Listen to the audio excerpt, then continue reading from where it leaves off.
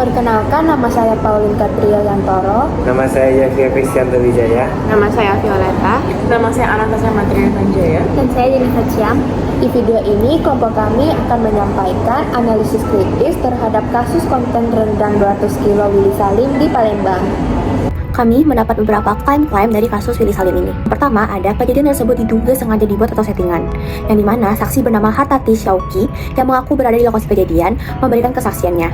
Hartati menyebut bahwa insiden hilangnya rendang tersebut sebenarnya telah disetting oleh Willy Salim dan timnya. Yang kedua, rendang diambil oleh warga saat situasi tidak kondusif. Dari pihak kepolisian bilang bahwa rendang hilang karena warga yang antusias mengambil rendang yang belum matang saat lampu penerangan padam dan situasi menjadi tidak kondusif. Yang ketiga, konten ini memicu kontroversi karena dianggap merusak citra warga Palembang dan menimbulkan kegaduhan di masyarakat. Beberapa warga Palembang merasa bahwa konten Willy Salim merusak citra mereka yang menggambarkan mereka tidak tertib dan rakus. Yang keempat, Willy Salim dilaporkan ke polisi agar jadi pelajaran bagi kreator lain.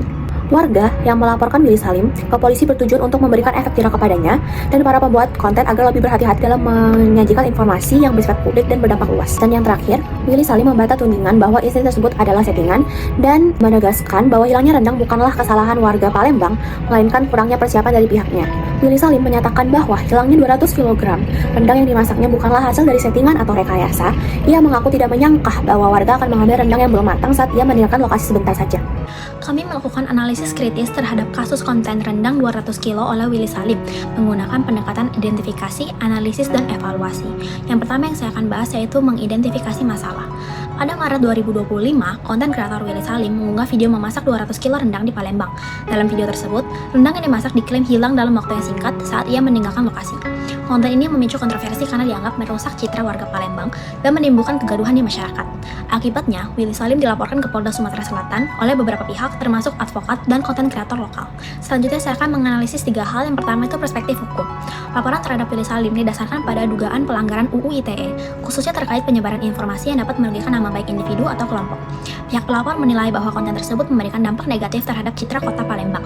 Yang kedua, itu saya menganalisis reaksi publik dan pemerintah. Konten tersebut menuai kontroversi di media sosial karena dinilai merusak citra Palembang. Gubernur Sumatera Selatan Herman Deru mengaku marah besar karena konten yang dibuat Willy telah mempermalukan nama baik Palembang. Ia menduga bahwa Willy Salim sengaja membuat konten tersebut demi meraup keuntungan pribadi. Yang terakhir, yaitu klarifikasi dari Willy Salim. Willy membantah tuduhan merekayasa dan menyampaikan permohonan maaf kepada warga Palembang. Ia menyatakan bahwa tidak ada niat untuk merugikan pihak manapun dan bahwa kejadian tersebut bukanlah rekayasa. Yang terakhir, saya akan mengevaluasi 3 hal. Yang pertama yaitu etika konten kreator. Kasus ini menyoroti pentingnya tanggung jawab sosial bagi para konten kreator. Meskipun bertujuan untuk hiburan atau edukasi, konten yang dibuat harus mempertimbangkan dampak sosial dan tidak merugikan pihak manapun. Yang kedua yaitu dampak sosial. Konten yang viral dapat mempengaruhi persepsi publik terhadap suatu komunitas atau daerah. Dalam kasus ini, warga Palembang merasa citra mereka dirugikan karena konten Willy Salim ini. Yang terakhir itu implikasi hukum. Laporan hukum terhadap Willy Salim menunjukkan bahwa konten digital dapat memiliki konsekuensi hukum, terutama jika dianggap merugikan pihak lain atau melanggar undang-undang yang berlaku. Selanjutnya kita akan tentang membahas argumen. Yang pertama, tindakan Willy Salim dapat dipertanyakan. Kurangnya persiapan dan koordinasi Willy Salim mengakui bahwa ini adalah pengalaman pertamanya memasak dalam skala besar dan menyadari kekurangannya persiapan dalam mengelola kerumunan massa. Yang kedua, potensi bahaya kesehatan dan keselamatan.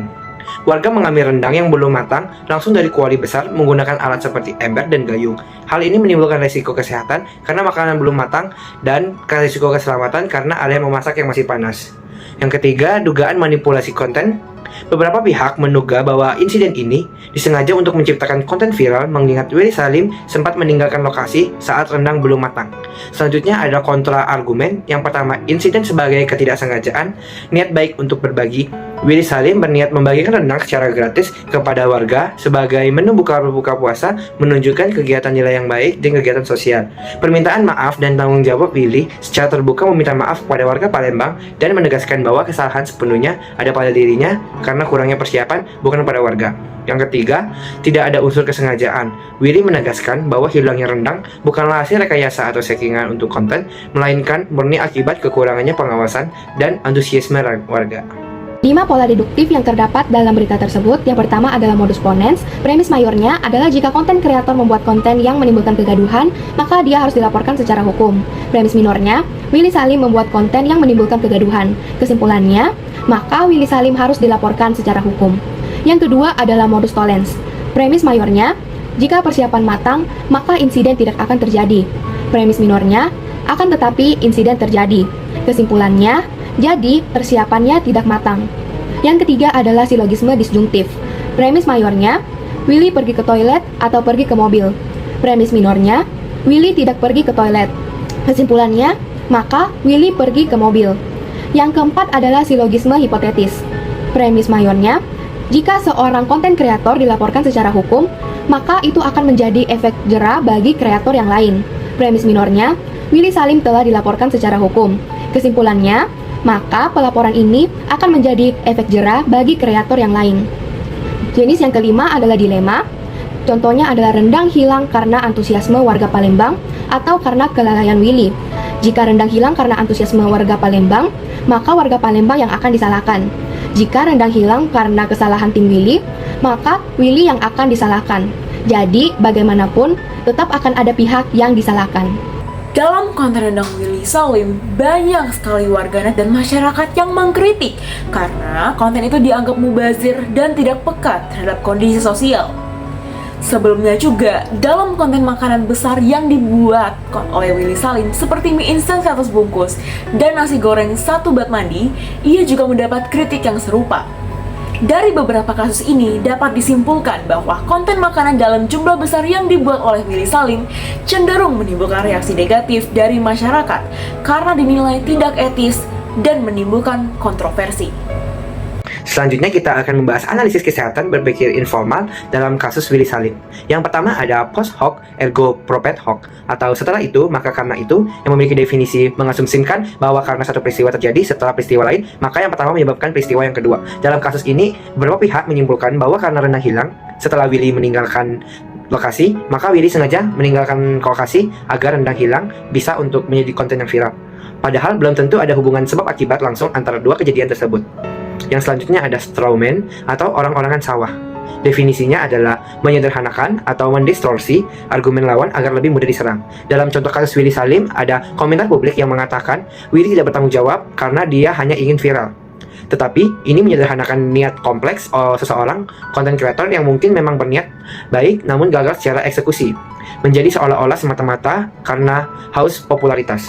Yang ketiga ada ad hominem atau menyerang pribadi, yang memiliki definisi menyerang karakter seseorang daripada argumen atau tindakannya.